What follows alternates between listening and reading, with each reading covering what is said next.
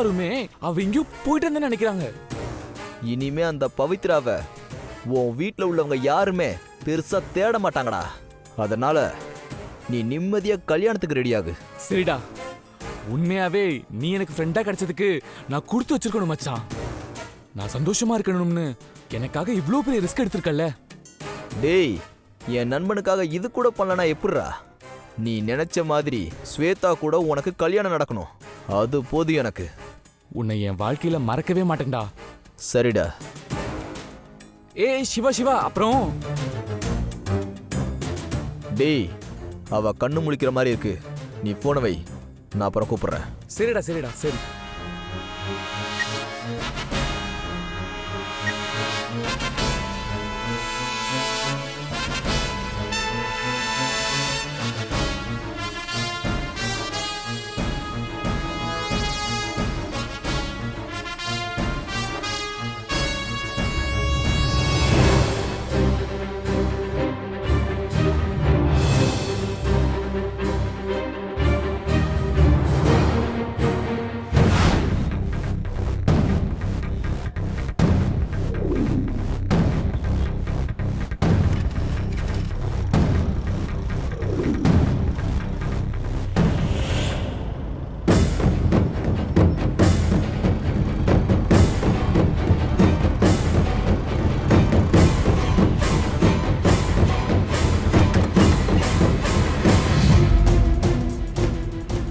Sir, இந்த போட்டோல இருக்கிற பொண்ணு இங்க எங்கேயாவது பாத்தீங்களா?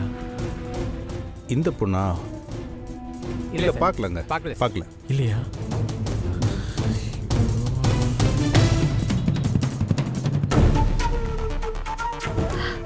கடவுளே, தேடி போன சந்துருவையும் காணுமே. அவ கிடைச்சாலே என்னன்னு தெரியலையே. போனை வேற ஸ்விட்ச் ஆஃப் பண்ணி வச்சிருக்கான்னு நினைக்கிறேன். நாட் ரீச்சபிள்னு வருது. என்ன பண்ற? இந்த பொண்ணு எங்க போனா? பொண்ணு, நீ கொஞ்சம் டென்ஷன் ஆகாம இருக்கியா? அந்த பொண்ணு ஏதோ போயிருக்கா, அவளுக்கு ஏதோ பிரச்சனை தீர்ந்த உடனே தானா வரப்போறா. அதான் சந்துரு தான் தேட போயிருக்கான்ல. நீ ஏன் இவ்வளவு டென்ஷன் ஆகுற? ஃபோன் பண்றேன்.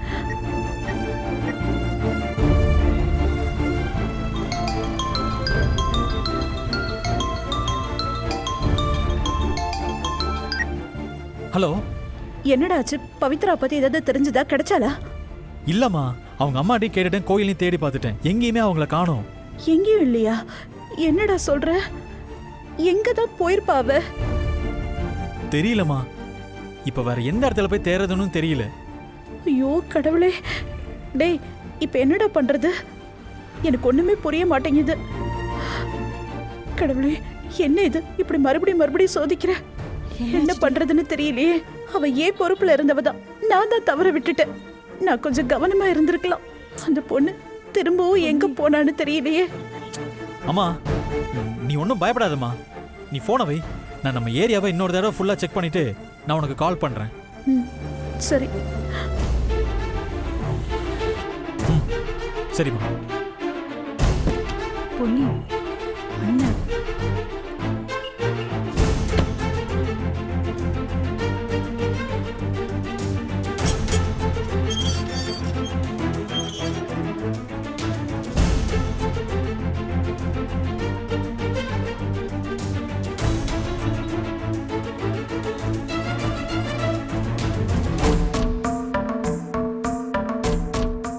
என்னாச்சு?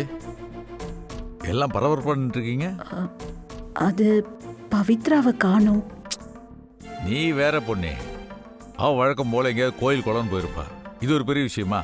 இல்ல ராஜா, இனிமேல உங்க எல்லாருக்கும் பாரமா இருக்க மாட்டேன். அதனால இந்த வீட்டை விட்டே போறேன்னு பொன்னி செல்லுக்கு மெசேஜ் அனுப்பிச்சிருக்கா. என்னமாமா சொல்றீங்க? பொன்னிக்கு மெசேஜ் பண்ணிட்டு போனாளா? ஆமாம்ப்பா. ஏன் பொண்ணே, உனக்கே அப்படி மெசேஜ் பண்ணிட்டு போயிருக்கா? நீ ஏதாவது சொன்னியா அவளை? ஐயோ, நான் என்னங்க சொல்ல போறேன்? நான் ஒன்னும் சொல்லல. ஒரு வயசு பொண்ணு வீட்டு விட்டு போறேன்னு மெசேஜ் கொடுத்துருக்கானா, இது எப்படி எடுத்துக்கிறது? எனக்கும் ஒண்ணுமே புரியல. எங்க போனா ஏது போனான்னு எதையும் யோசிக்கவே முடியல.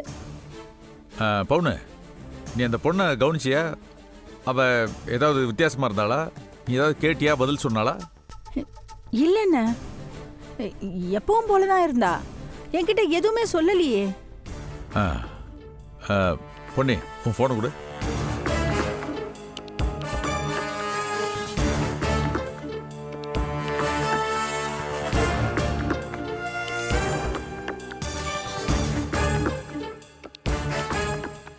பொன்னி, மெசேஜை பார்த்தா மனசு உடைச்சு கொடுத்த மாதிரி தான் இருக்கு. உங்களுக்கு கேட்டா உங்களுக்கு யாருக்கும் தெரியலங்கிறீங்க. எனக்கு இதெல்லாம் ஏதோ தப்பா படுது பொன்னி. என்னங்க இது? ஏன் இப்படி சொல்றீங்க? ஆமா பொன்னி, வயசு பொண்ணு கிடக்க ஒன்று ஆயிடுச்சுன்னா நாம தானே பதில் சொல்லணும். நாம ஒன்று பண்ணுவோம், பக்கத்தில் இருக்க போலீஸ் ஸ்டேஷனுக்கு போய் ஒரு கம்ப்ளைண்ட் கொடுத்துட்டு வந்துடுவோம். போலீஸ் ஸ்டேஷனுக்கா? பொன்னி, ஆமா பொன்னி, அவங்க தான் நம்மளை விட ஈஸியாக கண்டுபிடிப்பாங்க. போயிட்டு வந்துடலாம். ஆமா பொன்னி, ராஜாராம் சொல்றதும் சரிதான். சந்துருவுமே எல்லா பக்கமும் தேடிட்டு போன்ல இல்லன்னு தான் சொன்னான். உடனே போலீஸ் ஸ்டேஷனுக்கு போறது தான் நல்லது. போயிட்டு வா பொன்னி. ஆமா பொண்ணு, கரெக்ட். நீ கூட வா. அண்ணா, நான் எதுக்கு நான் போலீஸ் ஸ்டேஷனுக்கெல்லாம்? பவித்ரா உன் சொந்தக்கார பொண்ணு தானே, அப்புறம் நீ வராம இப்படி வா. பொன்னி கூட்டிட்டு வா. வா, பாத்துக்கலாம்.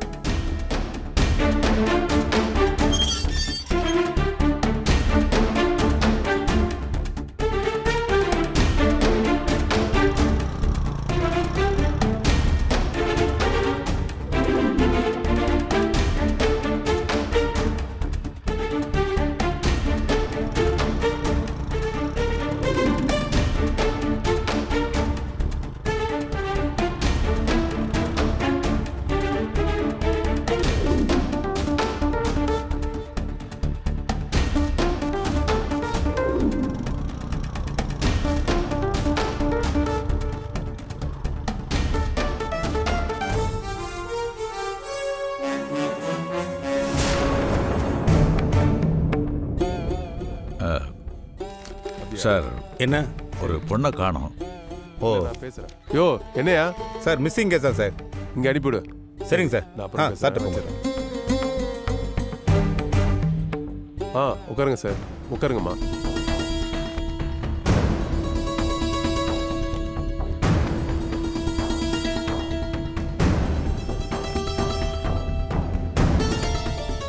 சொல்லுங்க, யாரை காணோம்? பொண்ணா பையனா? எங்க வீட்டு பொண்ணை காணோம் சார். என்ன சார், உங்க வீட்டு பொண்ணுன்னு பட்டும் படாம சொல்றீங்க?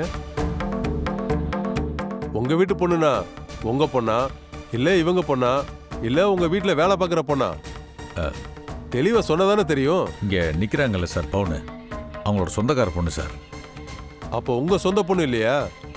சார், பவுனு என் ஒய்ஃபோட ஃப்ரெண்டு. எங்க குடும்பத்தில் ஒருத்தர் மாதிரி தான். 25 வருஷமா எங்கள் வீட்லேயே அவுட் ஹவுஸில் தங்கியிருக்காங்க.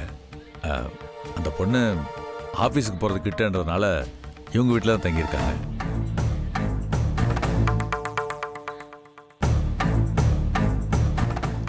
திடீர்னு பார்த்தா என் ஒய்ஃபோட மொபைலுக்கு நான் வீட்டை விட்டு போகிறேன்னு மெசேஜ் கொடுத்துட்டு போயிருக்காங்க. நாங்கள் எல்லா இடத்துலையும் தேடி பார்த்துட்டோம். ஃபோன் பண்ணால் ஃபோன் சுவிட்ச் ஆஃப்னு வருது. அதான் எங்களுக்கு என்ன பண்ணுறது தெரியல சார். அதான் கம்ப்ளைண்ட் கொடுக்கலான்னு வந்தோம்.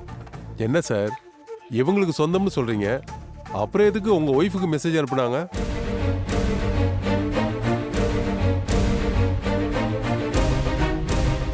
சார், என்ன சார், அந்த பொண்ணு எங்கள் வீட்டில் தங்கியிருந்ததுனால என் ஒய்ஃபு அந்த பொண்ணை மக மாதிரி பார்த்துக்குவாங்க. அவங்க 2 பேரும் ரொம்ப நெருக்கமாக இருப்பாங்க. அதனால மெசேஜ் கொடுத்துருக்கலாம். சரி சரி அம்மா, அந்த மெசேஜை காட்டுங்க. ஆ,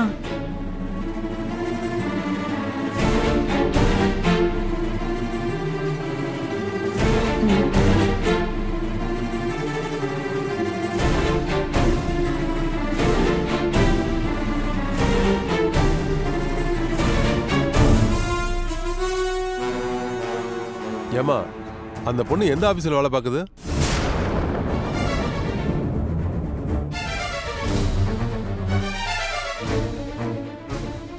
வயசு என்ன இருக்கும்?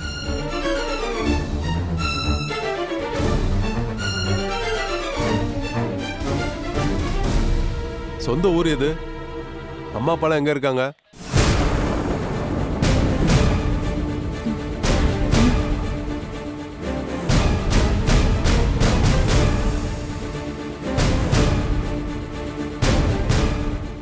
ஏம்மா, என்னாச்சு? ஒன்னதாம்மா கேக்குறேன். என்னம்மா இப்படி யோசிக்கிறீங்க? அந்த பொண்ணு உங்களுக்கு எப்படி சொந்தம்? அது அது வந்து ம்.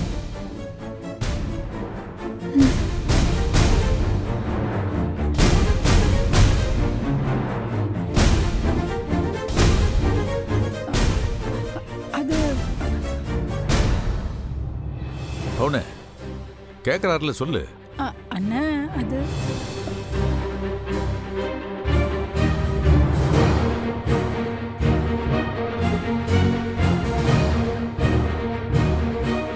என்னம்மா இப்படி முழிக்கிற? உன்னை பார்த்தாலே சந்தேகமா இருக்க. அந்த பொண்ணு உன் சொந்தக்கார பொண்ணு தானா? இல்லைங்க.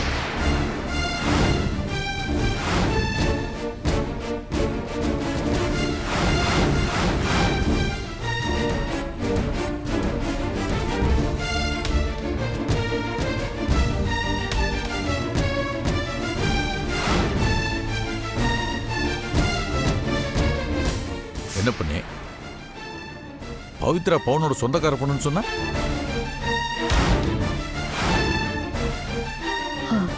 அது இல்லைங்க.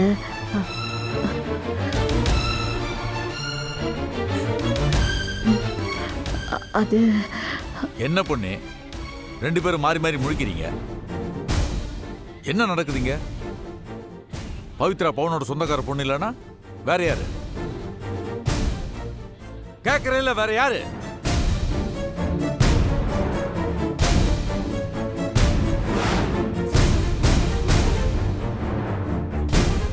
நீ சொல்லுமா, யார் அந்த பொண்ணு?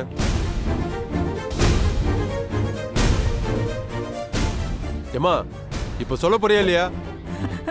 இல்ல சார், பவித்ரா எங்க சொந்தக்கார பொண்ணு இல்ல சார்.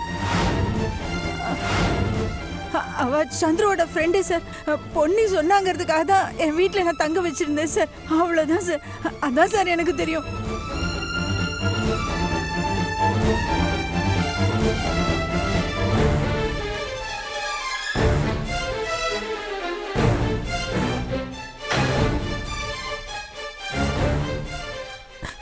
இதுதான் சார் உண்மை அண்ணா.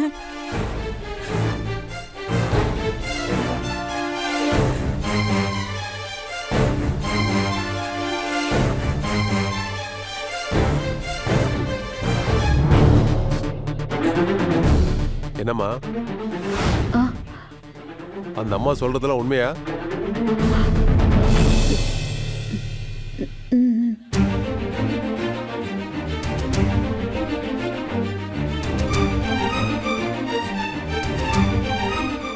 என்ன சார், நீங்க அந்த பொண்ணு இவங்களோட சொந்தம்னு சொல்றீங்க, இவங்க ரெண்டு பேரும் வேற என்னமோ சொல்றாங்க.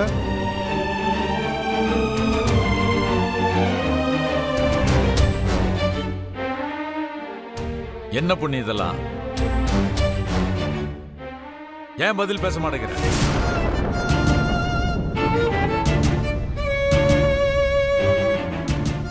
அப்போ பொய் சொன்னியா?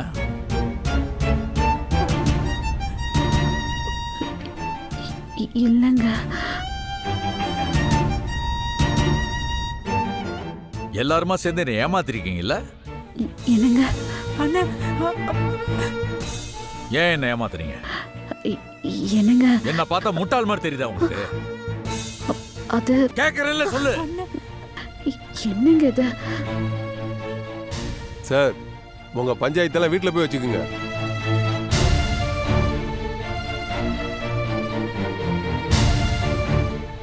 ஏமா, சந்திரன் சொன்ன அந்த பையன் யாரு? அவளோட ஃப்ரெண்டுன்னு சொல்றாங்கல்ல, அவன் இல்லையா? இல்ல, அது எங்களோட பையன்தான். அந்த பொண்ணை காணோன்னு தேட அனுப்பியிருக்கேன்.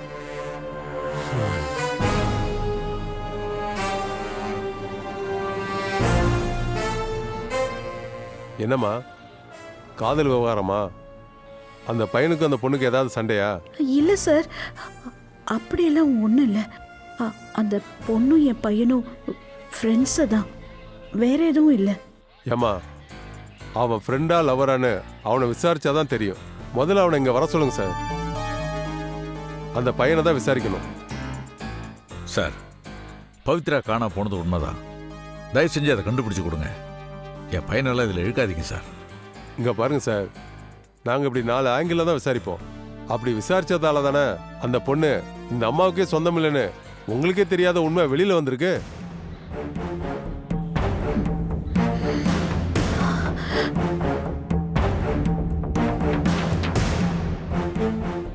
இங்க பாருங்க சார், நீங்க அந்த பையனை இங்க ஒரு தடவை கூட்டிட்டு வாங்க. அவனுக்கு தெரிஞ்சதை சொல்லிட்டு போட்டோம். சரி சார்.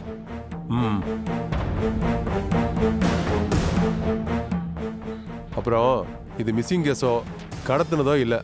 அந்த பொண்ணு வீட்டு விட்டு போறேன்னு தெளிவா மெசேஜ் பண்ணிட்டு போயிருக்கு. என்ன சார் சொல்ல வர்றீங்க? ஆமா சார், நீங்களும் பெரிய இடத்து ஆள் மாதிரி தான் தெரியுது. உங்க வீட்டு பொண்ணு இல்லைன்னு சொல்றீங்க. நீங்க பெருசா போட்டு குழப்பிட்டு இருக்காதீங்க. உங்களை மாதிரி தெரிஞ்சவங்க யார் வீட்டுக்கோ தான் போயிருக்கணும். வேணும்னா ஒரு கம்ப்ளைண்ட் எழுதி கொடுத்துட்டு போங்க.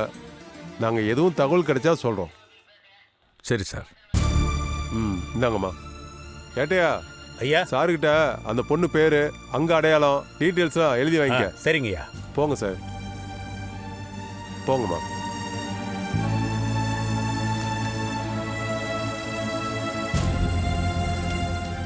அம்மா, அந்த பொண்ணு பேர் என்னம்மா? பவித்ரா.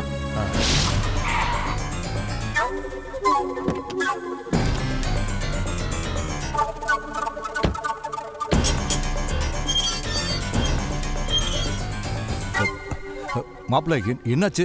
பவித்ரா பத்தி ஏதாவது தகவல் கிடைச்சதா? நிறையவே கிடைச்சது மாமா.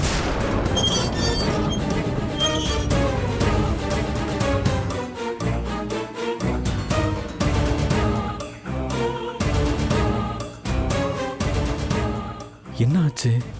அப்பா ஏன் இவ்வளோ கோவமா இருக்காரு? என்ன ராஜா, போலீஸ் ஸ்டேஷன்ல என்ன சொன்னாங்க? எனக்கு தெரியாத உண்மையில அவங்க சொன்னாங்க மாமா.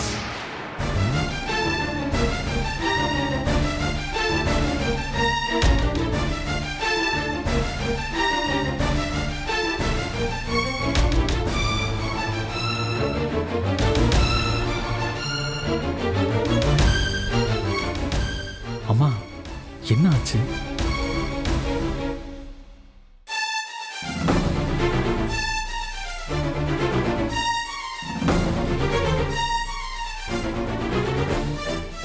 என்னாச்சு மாப்பிள்ளை, என்ன சொல்றீங்க?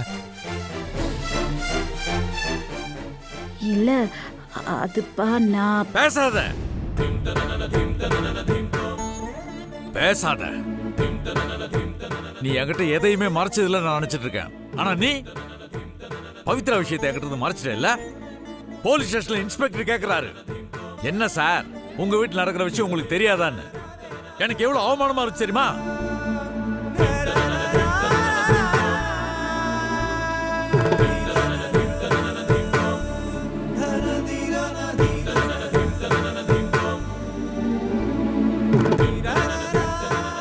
என்னப்பா, என்னாச்சு? நீ ஏன் இவ்ளோ கோவமா பொண்ணுகிட்ட பேசிட்டு இருக்க? பொண்ணு என்னப்பா உன்கிட்ட மறைச்சா? அக்கா, பவித்ரா பவுனோட சொந்தக்காரின்னு தானே இவ்வளவு நாள் நினைச்சிட்டு இருக்கோம். ஆமாப்பா, அந்த பொண்ணு என்கிட்ட கூட பவுனுக்கு தூரத்து சொந்தம் தான் சொல்லுச்சு. இல்ல மாமா, பவித்ரா பவுனோட சொந்தக்காரி இல்ல.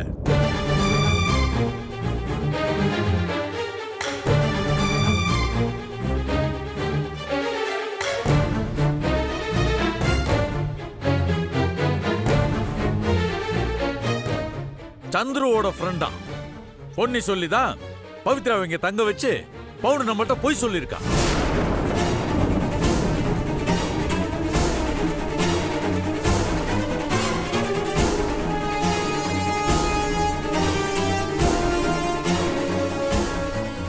நான் சந்தேகப்பட்டதெல்லாம் சரியா போச்சு. இல்லங்க, நான் உங்ககிட்ட பொய் சொல்லி மறைக்கணும்லாம் மறைக்கல. போதும் பொண்ணே, போதும். இனிமே நீ சொல்றதெல்லாம் காது கொடுத்து கேட்க நான் தயாரா இல்ல. உன் மேல இருந்த நம்பிக்கை எல்லாம் போயிடுச்சு.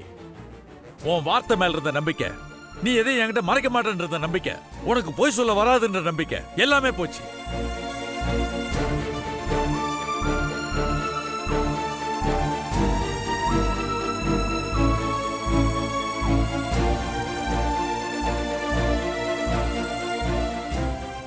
இல்லங்க, நான் எதுக்கு அப்படி பண்ண? அவ வீட்டுக்கு மூத்த மருமக, அவ வீட்டுக்கே உதாரணமா இருக்க வேண்டியவ. அவ கல்யாணத்துக்கு முன்னாடி கர்ப்பமா இருக்கிறது தெரிஞ்சா வீட்ல இருக்கிறவங்களுக்கு அவ மேல ஒரு மரியாதை வராது. உன் புள்ள சூர்யா இப்படி பண்ணான்னு தெரிஞ்சும் நீ கல்யாணம் பண்ணி வச்சனா கடைசி வரைக்கும் அந்த பொண்ணு கலங்கத்தோட தான் வாழ்ந்துகிட்டு இருப்பா.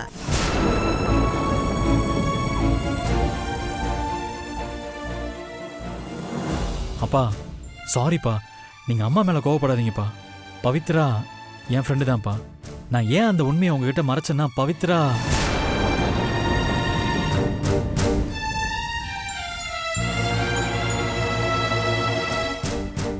நீயும் உங்க அம்மாவும் சேர்ந்து என்ன காரியம்லாம் பண்ணிருக்கீங்கடா?